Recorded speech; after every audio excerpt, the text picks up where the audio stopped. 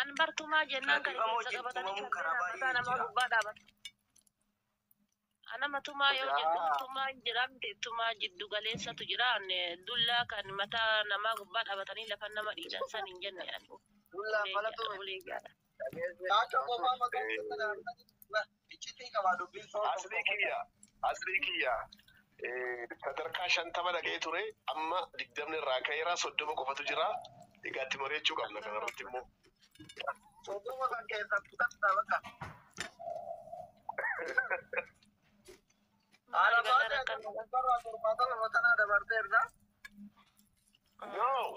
No, soddomni kan lafa bishaan tamarraayyuu reebicha ni nama dhufanna akkamiin reeba. Reebicha uleedhanii miti bas. Waan Allah meetti na baay'ima Oromeessa Arabiyyaadha. Reebicha jechuun dhawataa siree irraa jechuudha afaan Oromoo kun waladda. Oh, isa dhiisi. Ijoolleen dhiiraa iluu abbaa booraa baadhatan isa yaadee bari kun iluu abbaa booraa beektaa iluun abbaa booraa dhiirri takka gaafa dhalatu waggaa 3-4 booda waa baay'ee tiriitmentii baay'ee godhama warra amma saayinsiin barte kana harmeen iluu abbaa booraa jaartonni gurguddoon jaarsonni hin beeku kanaaf jennaan tiriitmentii guddaadhaan guddate keenya waa yaaddeeyin. Okay, rakkoon qabu ishi kastaana walii galle ishi. Yes.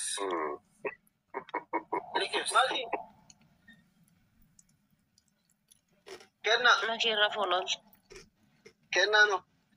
Abdi tuma jechuun kan waan biraati. Assalamu alaikum. Wa alaikum assalam.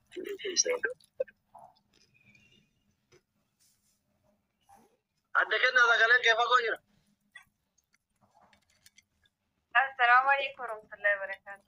Wa alaikum assalam warahmatullahi wabarakatuh. Sagantaa maayinoo asliin beekne baranizim jedhees makseenye malee wallaalee kan dhufe. Sagantaa obboleessa keenya Mansuuri dubartii taatu barbaaduti. Silaayyuu an hadhanaa ta'e yaani ana walii taane dubartii biroomaa wal harkisaa ol taate walii taane walii galle. Haga afurii fedha kaa'in. Maal afur hadda gisee sakkitti fuudhee galuun hedda seetamu akkam. Ati tokkoffaadha bar. Ati immoo tokkoffaa taate already confirm taanee goonee misa. Amma lammata sadaffaa arfaffaa jirti bar. Barma beebii sanii miti bar amma niifati walii gallee waa hunda xumurree.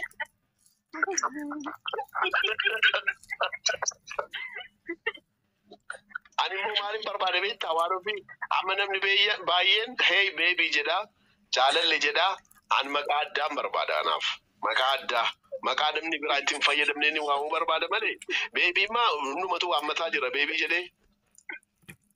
Maqaa biraa maal? Beebii barna. Beebiin daa'ima harma hootu.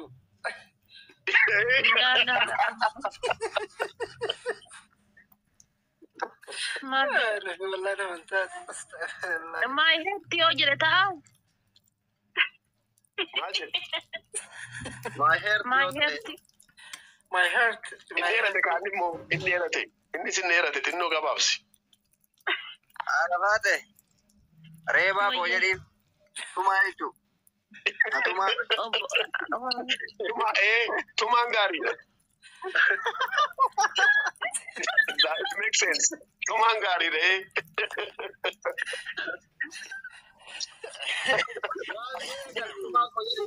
Jira keessa galchina arabaate tumaa koo jedhaa bufaarti Mansuuri. Chala sokke ta'ee jira ishi tumaa koo naa ta'ee jira rakkoon qabu. Hojjechaa jira. Gabaabbatalli jechuu fedhi. Baay'ee walitti siqa. Yaa naaf ta'ee jira bakka rakkoon qabu. Ati dhugaa ati tumaa kiyya ta'uudhaaf baay'een gammada. Ibsi babbareechisi ibsi ka. Mimmiidhagsi ibsi. Guyyaa nadhaa bakka injiraa miti anaaf guyyaa addaati. Warroonni amma congratulation naan jedhaa jirtan baga gammaddanii isinis anumaa waliin ulfaadhaa isiniin jedha. Asumatti artiin amma qophii kana. Ati nama miidiyaa nama artii ta'uu qabda dhugaa. Bataam goobas nech. Kana caala gaafa si bira dhufee mana keessa hin jiraa miti si jala dambal jedhe kana caala dubartoota qara asiin dura laalaa turte san hunda abaartaman soo kiyya. Taate dubbiin taatu. Kaagana turuu kan keetiif jechuudha. Ga'anama bari yeroo baay'ee laayivii kan kee jalani seenaa viidiyoo kan keetis ni laalaa bakka hin jiraa miti gaafa dhulaata keessumaan itti dhaqee waan jedhutu natti dhufa. Ginammoo dhiironni kenna jaarraa akaakayyoota kennaa keessa ka jiranii yeroo ati dhattee jaalala dhiyeessituuf warroonni kiiloo dabalan jiranii gogummaa yookaan ammoo lafatti haftiidhaaf dubartiin takka dhattee jaalala waan isa gaafattutti fakkaatanii wayi akkasitti na fudhata ka jedhu sodaa guddatu na keessatti argama. Ginammoo gaafa Kanaadaa deemee achirraa galee qajeelumatti dhaqee Finfinnee gabbu'ee Mansurumaan fidaa jedheetiin affeeraanii. Jadi hawwi guddas qaba. Walumaa galatti baay'ee galatoomii jaalalli hin jiru bultii horachuudhaaf mana horachuudhaaf waan baay'ee amma dubartoonni keenya gaafa carraa wayii argatan sana hunda keessa ba'an dhiisuu hin fedhanu bar carraa harka jiru. Ati garuu carraa sana hunda dhiisee nan dhufa jettee tiirtaa baay'ee galatoomii garuu akka goonu. Kanadaas dhaqee si gala yookiin immoo akka Kanadaa dhaqxuuf waan si mijeessu jira. Naan akka gaariitti ammati fakkeenyaaf pilaanii godhatte qabdaa waggaan mana booda yookiin yeroo mana booda naqatettee isa qopheeffatte kana ani ispiiriitti dabaluu nan danda'a. Ispiiriitti dabalee dhaqxees yaada keessa ilaallattee waan hunda achi booda deebitee dhufu wayyaa maal jetta? Waadaadha garuu hagaan achi deemee dhufuu fi namni tokkichi gibbii kan keenseen. Ati maama inni maan jiru maal taate kun dee ati lama sadii seeyyamu qabda malee. Asirra jira malee. Inni jalqabaati ati. Inni lammata sadaffaa arfaffaa amanuu qabda kanammoo. Akkas taanaan rakkoota kan qabu deemee ni deebi'a. Qaamaan sirraa fagaaddu yaadaanii akkasii bira ta'ee jedhee abdii akka kootu namni siin jedha. Dabdaabbee siifan barreessaa. Dabdaabbee jaalalaa. Alaa jaalalaa. Gaafataa jiranii dhiyoo kana akka makkii jaalattuu fi fuudhuu barbaaddu dubbataa turte. Maakilleen mootuu yoo sagalee arafaatee kan dhageessu gaggabdee bakka jirtu follaaltee deengatti himnaan tole jettee dubbachuu dadhabde. Haati faatee illee si boojite gaafii kee hunda deebifte. Amma kaayyoon kee kamakii ta'uudha moo kaadha faatee ta'uudha lamaanuu as jiran waan ta'eef biyya tokko jiran gastirra si wajjin jiran chuuza beste ansarii gootamoo lamaanuu fudhattamoo mee akkamii uummatatu kun koomentiitti gaafii uummataati baay'ee. Dhugaasa hojjennaan ati faatee baay'ee haasawwaansi baay'ee gaariidha. Maakiinis immoo baay'ee haasawuu ni dandeessi jedhee yaada. Ati faatee akka gaariitti haadha manummaadhaaf reedii akka taate, wanti horachuudhaaf reedii akka taate, islaama nama ta'etti heerumuudhaaf carraa hunda dhiiftee dhufuu akka barbaaddu himattee jirti jechuudha. Maakiin haasoftee gatiin beekneef mee iseen of explain agootu achi booda deebii kiyya deebisuu nan danda'a. Okay, anamma akka abbaa makii obboleettii haadha faatee tokkotti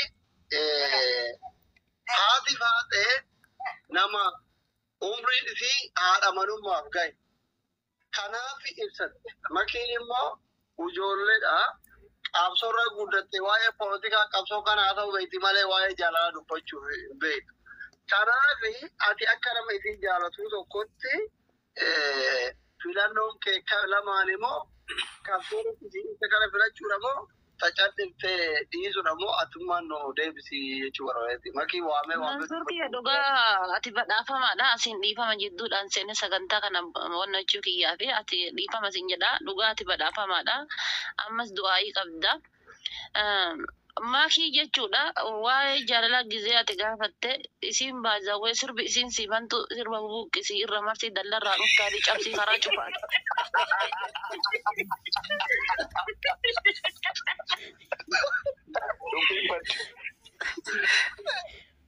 gizee baattus ta'ee gizee galtus ta'ee makiinaa keessatti sirbi abbanamu sirbuma waa'ee qabsooti sun jireenya keetiif nageenya keetiif illee ni sodaachisa biyya san keessa jedhee yaada.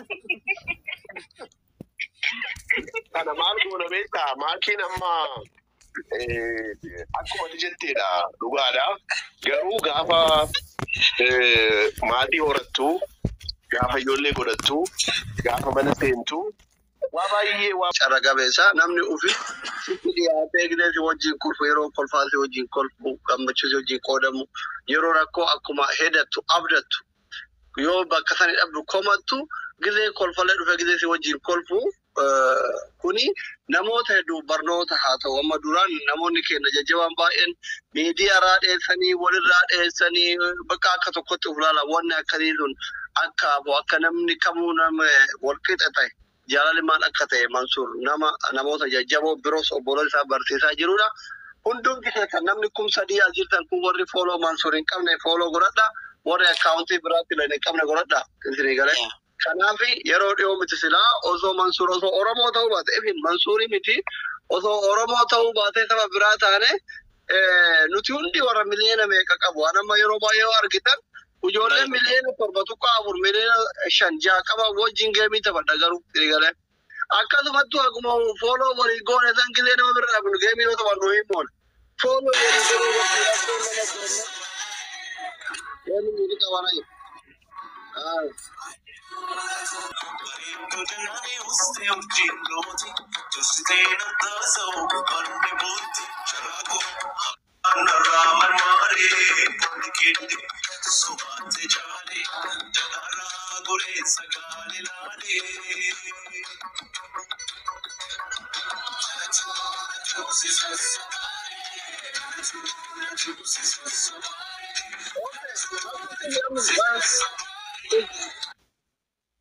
Okay, Mansuur sirbi kun qabsooti moo jaalalaati?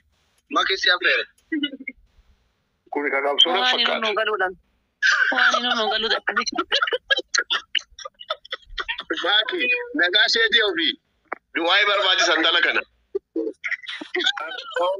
Goomaan siin ta'u sirbichi kun bakka haati waan dhugaa jirti.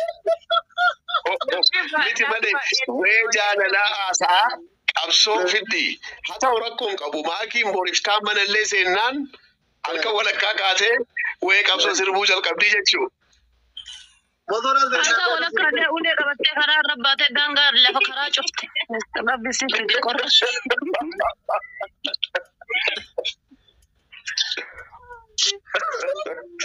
Seerra marsiiti. Okay, amma daawwattoonni keenya warri as jala jirtan namni sirbi kun sirba jaalalaati jettan lakkoofsa tokko barreessa lakki ka jaalalaati miti kan qabsoo jettan lakkoofsa nama barreessa. Filannoo uummataa alaba. Sirba jaalalaati warri jettan lakkoofsa tokko kan qabsoo irra marti jettan lakkoofsa lama. Wanni tokko barreessaa jiranii. Jaalalaati kun serious naan galle garuu anaaf baay'ee. Lakkoofsa eegaa qabsooti. Lakkoofsi lama dhufaara. Lakkoofsi lamas barraaraa tokkos barraaraa. Okay, walumaa galatti namni kum sadii as jirtan arafa asitti Mansuuree miliyoona chaalenjii miliyoona galuu waan qabuuf hundumti keessan Mansuuree fooloo godhadha warri fooloon godhe already nama 30,000 waan akkasiitu hungeetu kan waame viidiyoo isaa hundi keessan du'it godha jala seena nama muraasa 37,000 noofe nama 37,000 jabaannee arafa asitti miliyoona galchuu qabna. Yoo isin jabaattanii arafa asitti miliyoona galchitan arafa irratti Mansuuree miskiinota Oromiyaa keessa jiran walitti qabee ayyaana arafa hoolaa qalee fi bashannansiisuuf qophiidha. Maqaa warra fooloo godhetu. Ka ofiitiin ala maqaa warra fooloo Yaa dhugaa keeti karaayyuu ni kenna.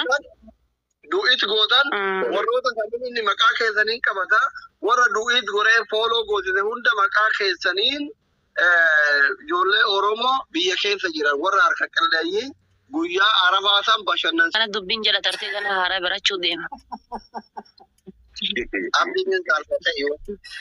Adda siif jecha akkanatti baree of qabee taa'aa jira tantee tana galmaan kennu jennee.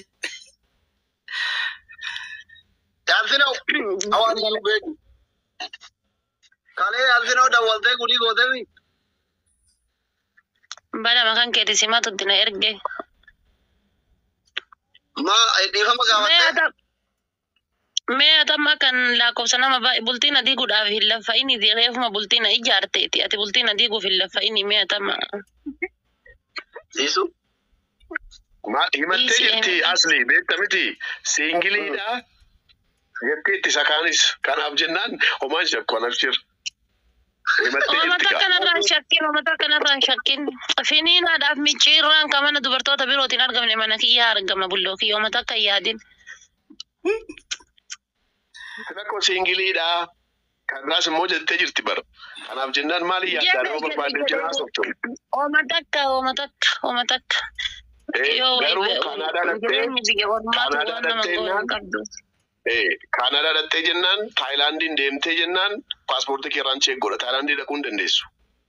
Si galteetti dubbiin maaliif akka hin jedhu.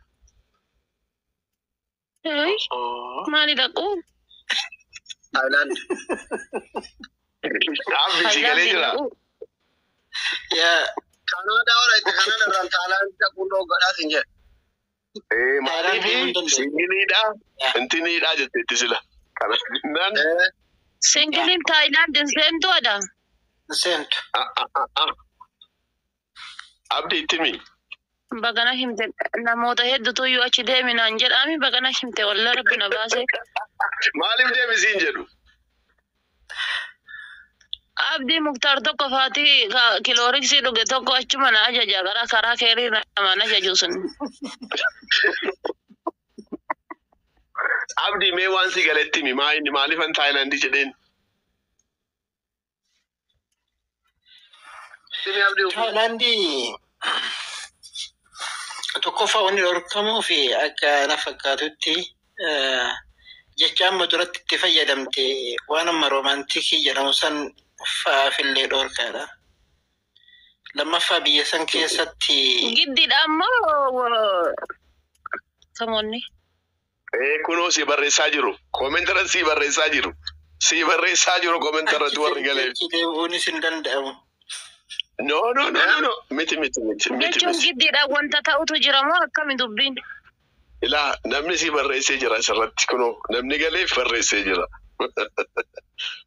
Warra qabne achi dhaqee Waan ofii feekii waan feekii tokkollee waan namaaf deebisantu jira. Okay.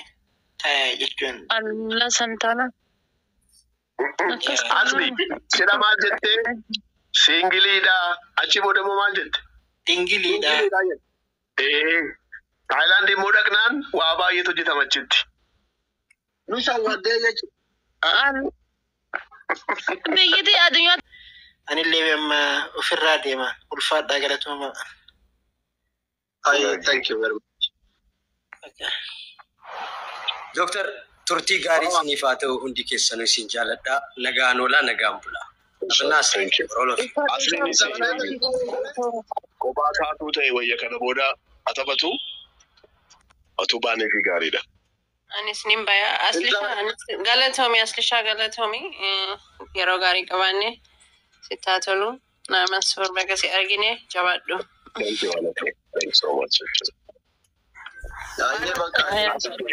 warroonni akkanatti dabalama mansuur kee hedduu si dinqisiifadha naaf galatan. Hooyyee. I love you. Okay, bye.